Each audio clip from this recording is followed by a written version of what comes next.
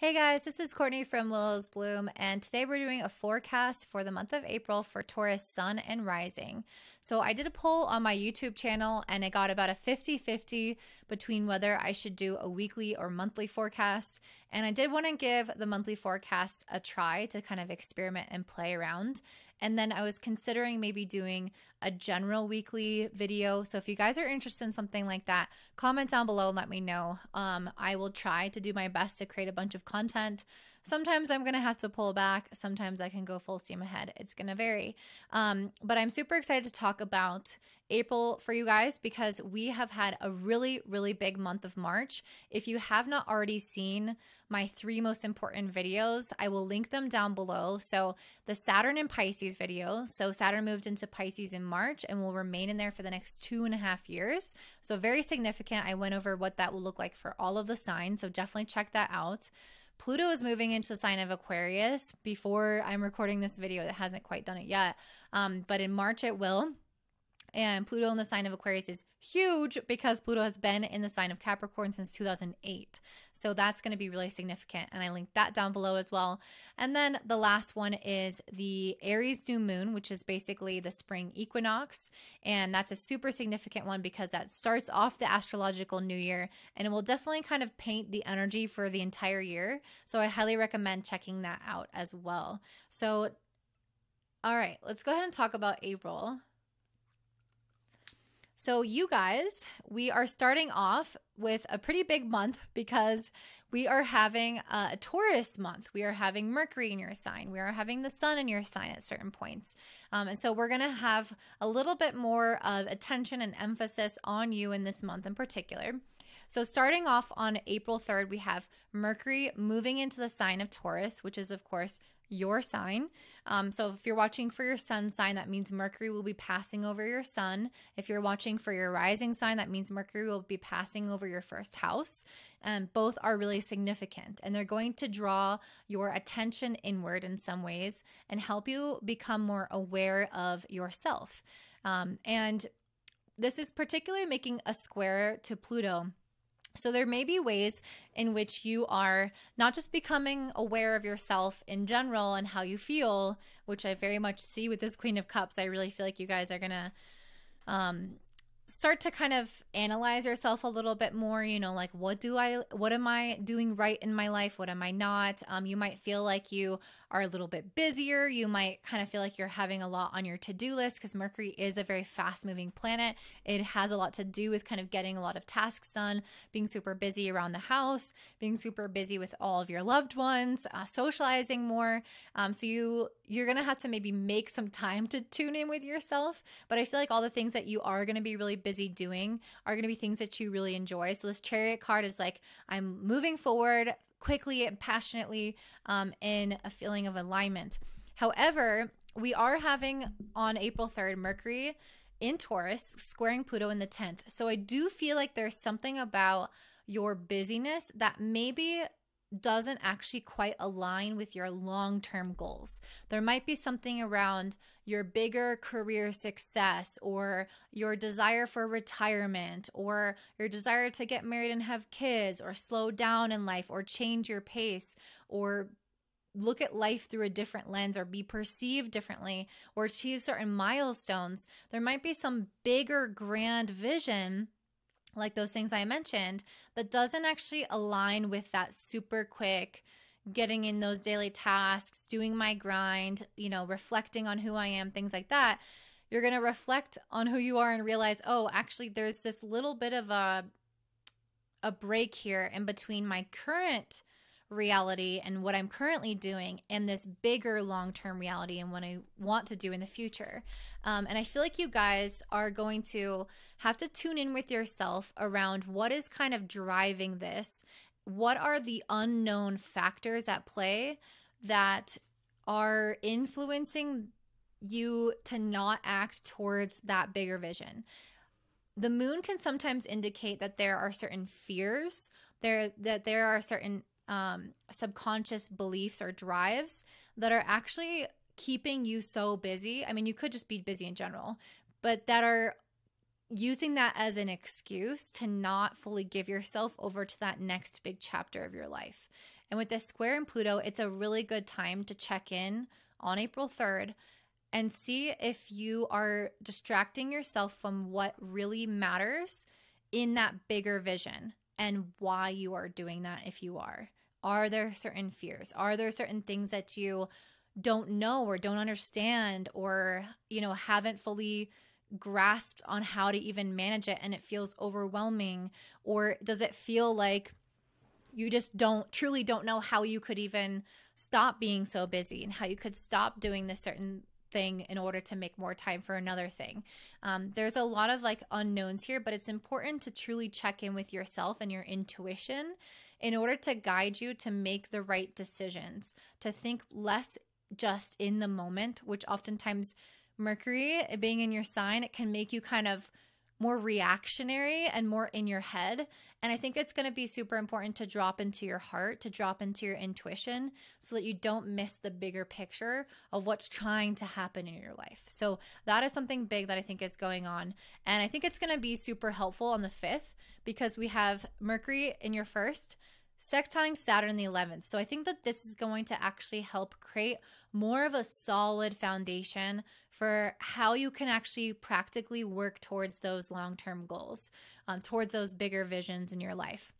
So if it means slowing down for you, how do you practically set things into place, create a plan to eventually slow things down? It doesn't mean you have to go to 0 or 100 to 0, but it does mean that there needs to be some plan to move forward towards that destination. And I feel like there can be people in your life that offer support for you for this. So there could be friends, there could be a community or a specific person who has similar interests as you, or somebody online or doing something out in your community that actually can help you transition into this other side of your life that you've been wanting to tend to. Let me pull a card on that. Yeah, we have the 7 of Swords. The 7 of Swords indicates that there's usually something hidden in the situation. I feel like the Moon card as well was an indication of that. So this Moon and the 7 of Swords both have energy around inner deception. So where are we maybe lying to ourselves? Maybe we are not acknowledging the fact that what we're doing isn't sustainable, or that we haven't fully given ourselves the time that we need to create some of those dreams that we have. And we say we're going to do it later and it's going to be fine. It's just going to happen on its own. But realistically, when Mercury sextile Saturn, we start to see that it's never just going to happen, that we actually have to put the things into place to make sure that it happens. Like, we have to be the initiators. We have to be the agency makers, the change makers. And I think you're going to soon realize that you may have been kind of deceiving yourself by inaction or by doing too much of the wrong thing and distracting yourself. On the same day, we have the Sun conjunct Chiron in your 12th house. And I think part of the reason why you haven't taken action, like I mentioned, is because I think there are some certain fears that are holding you back. For some of you guys, we pulled the Devil card. So for some of you guys, it's very literal in the sense that you're caging yourself up. That's not literal, but it's emotionally literal. You're caging yourself up, you're limiting yourself, and you're thinking, I can't do that. I'm thinking small. Every time I try to reach for that thing, I also kind of recoil and feel my limitation and my inability. And I think it's led you to a lot of indecision, or you've been thinking about this thing a lot, but haven't been taking action on it. And when the Sun conjuncts Chiron in Aries on the 5th, I feel like you guys are going to very clearly see this pattern, and you're going to decide to become more confident in yourself in order to move forward towards this goal. So instead of just ruminating and worrying and wondering and kind of saying I'm going to do it and get to it, but it's actually I'm limiting myself and I'm uncertain and I'm just going to keep thinking, it's like I'm finally going to put that to rest and embody more of the healthy Aries energy, which Sun on Chiron helps us do. It helps us heal our wounded masculine and helps us see where we have had lack of confidence, lack of action, and it's going to help us embody the healthy masculine in order to use our intuition, which is more of the feminine, but use our intuition in order to confidently go after what it is that we want. So I see you guys finally releasing some of this past around, I don't know if I can do it. I don't know if I can do it. This is all the reasons why I can't. It's like a self-sabotage kind of energy. And that's what the 12th house is. It's a house of self-undoing. So when Sun and Chiron come together here, it's finally healing and bringing light to that so you can stop that line of story. On the 6th, we have a full moon in Libra in your 6th house. This is going to impact your work and your health and your daily routines. I'm not going to go into this. I'm going to have a separate video on that, so we'll get into that later. On April 11th, we have the Sun conjunct Jupiter in Aries in your 12th house. And we also have Venus moving into Gemini on this day, which is in your 2nd house. So Sun conjunct Jupiter is one of the best transits to have. Being in your 12th house, again, the house of self-undoing, I feel like it's going to help you with a massive healing. I say that especially because I pulled the 5 of Swords and the 3 of Swords. The 5 of Swords is this really kind of anxious, combative energy with ourself, with other people. The 3 of Swords is our heartbreak. It's our self-protective mechanisms. So I feel like there have been things in your life and in your past that have really kept you on guard, that have kept you trying to keep yourself safe, trying to keep yourself protected. And sometimes that means not taking risks and not taking chances on things because that feels really unsafe. And I feel like this time for you guys, when the Sun conjuncts Jupiter, you're going to be able to decide to look past that, to overcome that, and not just try to keep yourself safe by doing the things that you've always done. But I see instead that you guys are willing to put in the work right now to operate differently, to look at things differently, to take more chances. And with the Knight of Pentacles, I feel like this is you just showing up every single day and deciding that you are going to work towards that bigger vision or take a chance and not repeat this old storyline, if that makes sense, of I have to do everything on my own. I have to protect myself. I have to be safe. I have to be self-sufficient. I got to make sure everything is in line and in order. It's like I really see that you guys are learning how to set boundaries with yourself with this Queen of Swords and be honest with yourself. Because what I was saying before, again, was that self-deception of I have to do everything and I can't move forward on this because of X, Y, and Z. And it's a lot of excuses to keep yourself safe and comfortable in the same hustling super hard but not getting towards that big vision. And I really feel like now you're putting the line in the sand and you're like, I'm going to work very consistently towards this thing that I want. I'm going to be honest with myself about what it is I want, what it is I need. I'm going to allow myself to truly heal from past pain and stop trying to protect myself from that issue coming up again. And I can do that because I have firm boundaries with myself and others. So I don't need to worry about protecting myself because I know that if something pops up, I have my boundary there that will arise as the situation arises. But I don't have to walk around with armor. I don't have to walk around in anticipation. And so I see that with you guys with this Queen of Swords, becoming more like firm in who you are and more honest with yourself and others and saying, like, this is what I will and won't tolerate. This is what I will and won't do. And that's the energy that you need to embody to heal and let go of the past and to also go for this thing that you really want, this bigger vision that you really want. If you don't have those important boundaries with yourself and with others, you won't actually be able to consistently work towards what you desire because things will always get in the way. There will always, again, be more excuses, more things that crop up, more things that can take your attention, your energy, and you can fall back into these old patterns. But I see you guys really being like, no, a firm no, I'm working on this. This is what I'm doing. And I'm creating the time, the space, the energy for this in my life. And especially as Venus is moving into Gemini on the same day in your 2nd house, I really feel like you guys are going to be able to manifest more money, more confidence, and more security for yourself. So doing all of these things is going to help those areas of your life. On the 14th, we have Venus in the 2nd squaring Saturn in the 11th. Excuse me.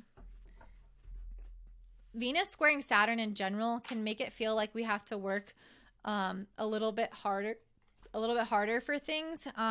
Like relationships might feel a little bit more tense, or money might feel a little bit more strained on that day in particular. It doesn't have to be the case, but it can be.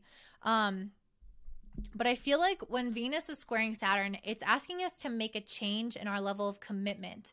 For you, this is changing the way that you're committing, especially to yourself and your confidence and those boundaries, and that your worthiness and how much money you make, like all of those areas of your life. It's you deciding to commit to that in a different way. And that might mean you have to make changes to your long-term goal, to your plan, or to your relationships in order to ensure that those needs get met.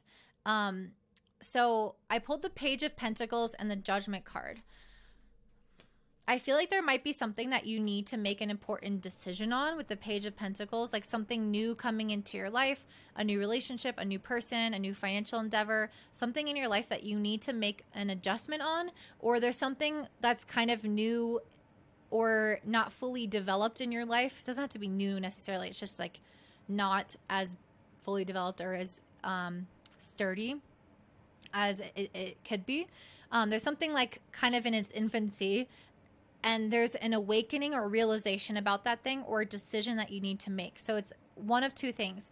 You're having more clarity about it and like a sudden realization, like I said, or you're deciding to go more towards it or away from it, or change something about your behavior in regards to something in your life. For some of you, this will be financial. It's not going to be the case for everybody, but because Venus is in your second, it makes me feel like it could be either financial, or because Saturn is in your 11th, relationship. So doesn't have to be those two things, but I think very likely it could be. And we have, after that, the Page of Wands and Seven of Pentacles. So I see you guys, that awakening or that decision, I see that bringing you more clarity about what it is that you desire. And because of that, it's helping you to start build towards something long term. So it's like, okay, I feel like I need to give an example because this is really confusing. I pulled one more card, authenticity. Okay. So yeah, I feel like maybe there was something you guys were thinking about, that you were considering, that you started. So let's say that's like you wanted to work with a friend. Let's just say that. And then with the Judgment card, it's like, okay, I realized that I like working with this person, but I don't like X, Y, and Z. So I like this, but I don't like that. And so you realize what it is you truly desire from that. So it's like, okay, how do I make this an authentic experience for myself? How do I remove the thing that I don't like, but move more into the thing I do like? And then you go all in on that. So that's just an example of a little thing, but it could be literally anything. I know this is like super metaphorical because it's just a general reading, of course, and it's for everybody. But there's something, I'm going to just repeat this one last time. There's something relatively new in its infancy that you are having an awakening or making a big decision on. It's helping you realize what you want, how to move forward, what makes you passionate, what makes you creative, what makes you inspired about it. And once you realize that, you are able to go all in on this thing and be consistent and long-term with it in a way that actually feels more authentic to who you are.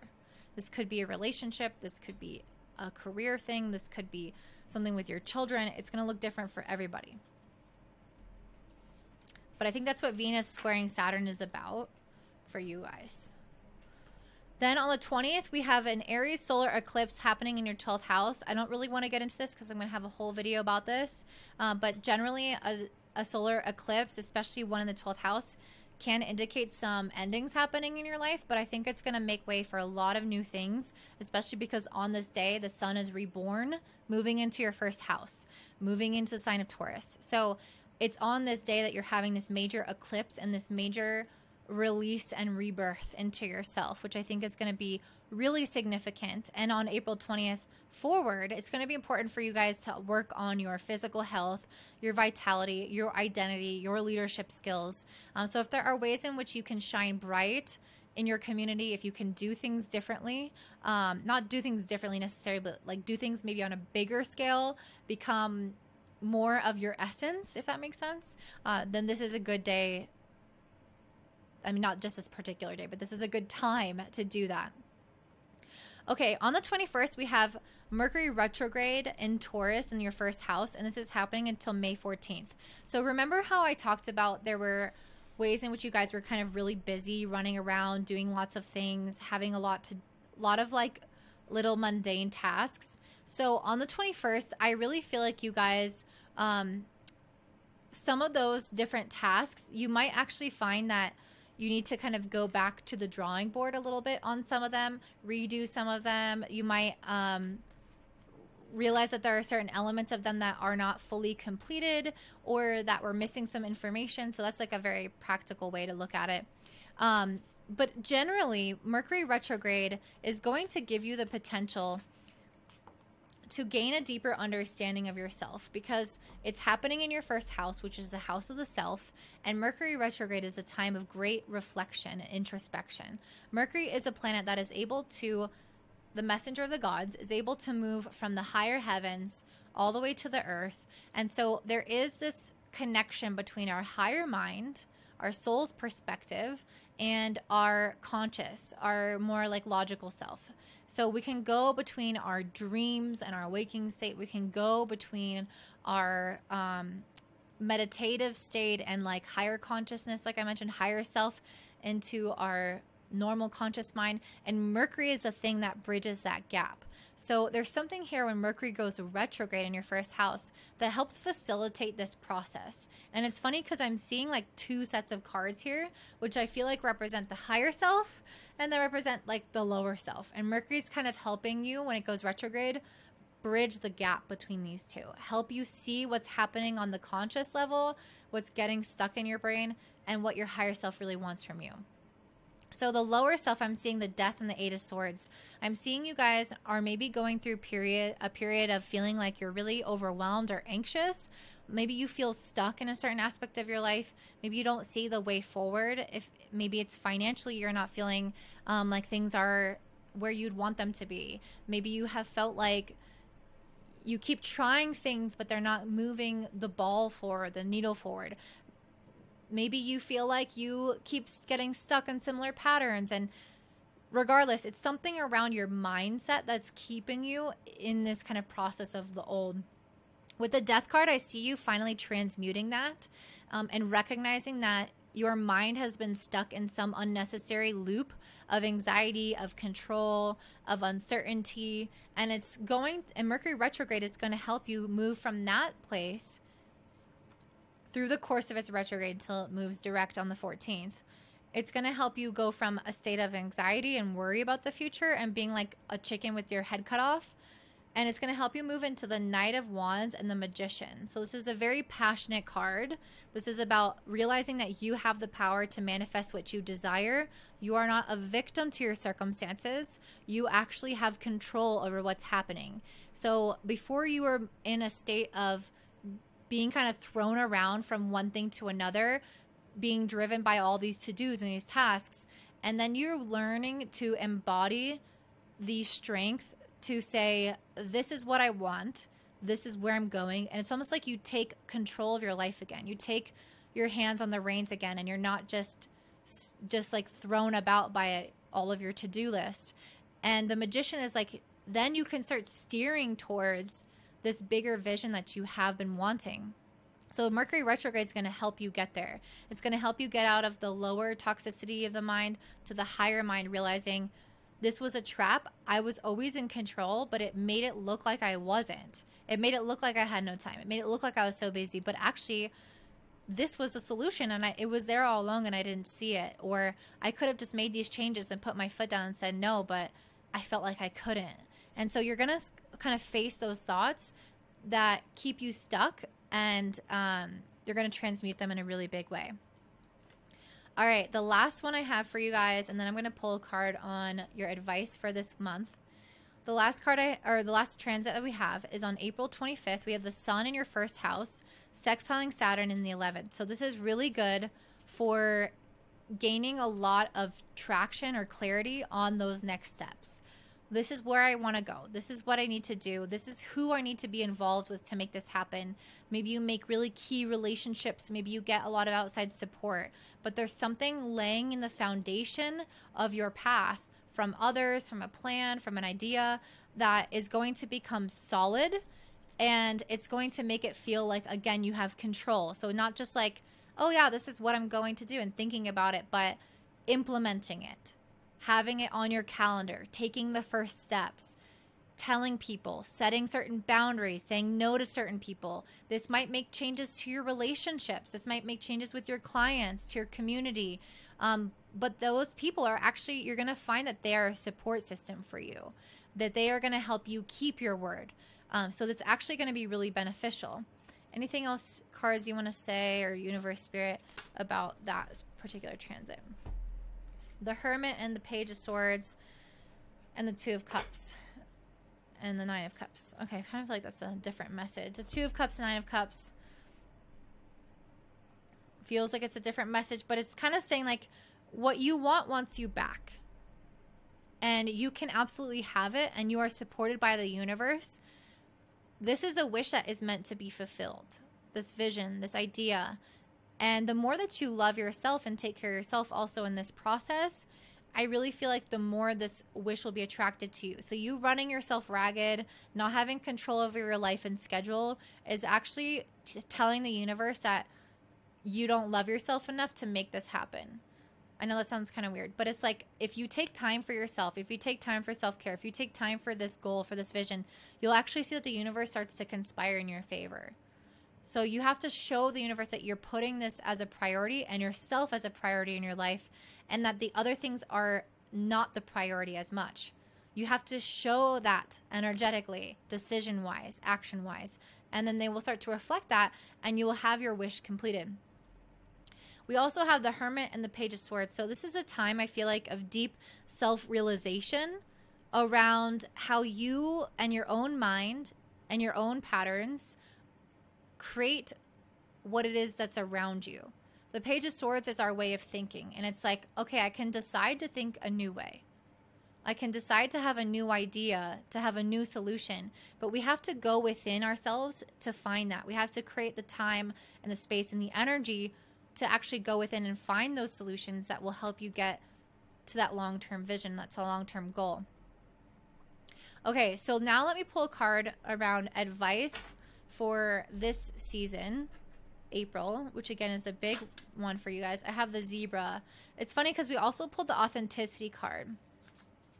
So I feel like the Zebra is trying to tell me that you have something specific that you're here to offer people, that you have your own unique energy, and the reason why you want this big long-term vision or goal or whatever it is that you're trying to manifest, the reason why you want this is because you are meant to have it, and you're meant to also kind of lead the way in your own unique path. Like you're not, like this is going to help people by you having this specific goal.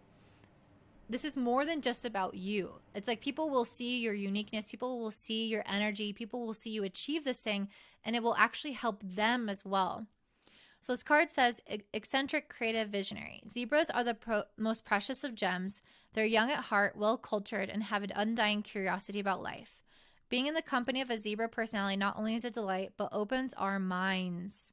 Opens our minds. I feel like that's something that you really need to hear this month, is opening your mind to the possibilities and to not getting stuck in the rut of routine and responsibilities and feeling like there's no way out, because your mind can find other ways. Your creative mind, your third eye mind. Be prepared. Their potent magic is contagious, and you may soon find yourself in a faraway land, expanding your worldview while having a blast. So expanding your worldview. Zebras also like to contribute to global health through environmental or volunteer work. This card may be a hint to pack your bags. So this is definitely about you guys maybe having an adventure coming up that might be in the month of April or even onward. And I feel like it's about believing in yourself for the things that you're trying to do right now as well. Tapping into your visionary energy and realizing that what you want is waiting for you out there, but you can't get it by doing the same kind of run around that you've always been doing. You have to set that boundary with yourself and with others to create the space in your life for that new beginning, even if that new beginning simply means doing less. It could look different for everybody. So please go ahead and take this month for yourself. Take your schedule back, take your time back, take your power back in any ways that you can. If you enjoyed this, please give me a thumbs up, comment down below. Don't forget to subscribe and share with your friends. I love reading your comments. They mean so much. So please do comment if it resonates. And if you guys enjoyed this monthly forecast versus the weekly, also let me know in those comments. And if you want to get some coaching from me, I am offering ongoing astrology coaching where we basically look at your chart and we compare it with kind of the developmental phases in our childhood. And we try to kind of fill in the gaps of what might have not gone according to plan so that we can create more peace, more resiliency, more success in our current life as adults. So if that's something that you're interested in learning more about, let me know. You can always book a little kind of intro session with me to figure out what this is. And I hope you guys have a great day.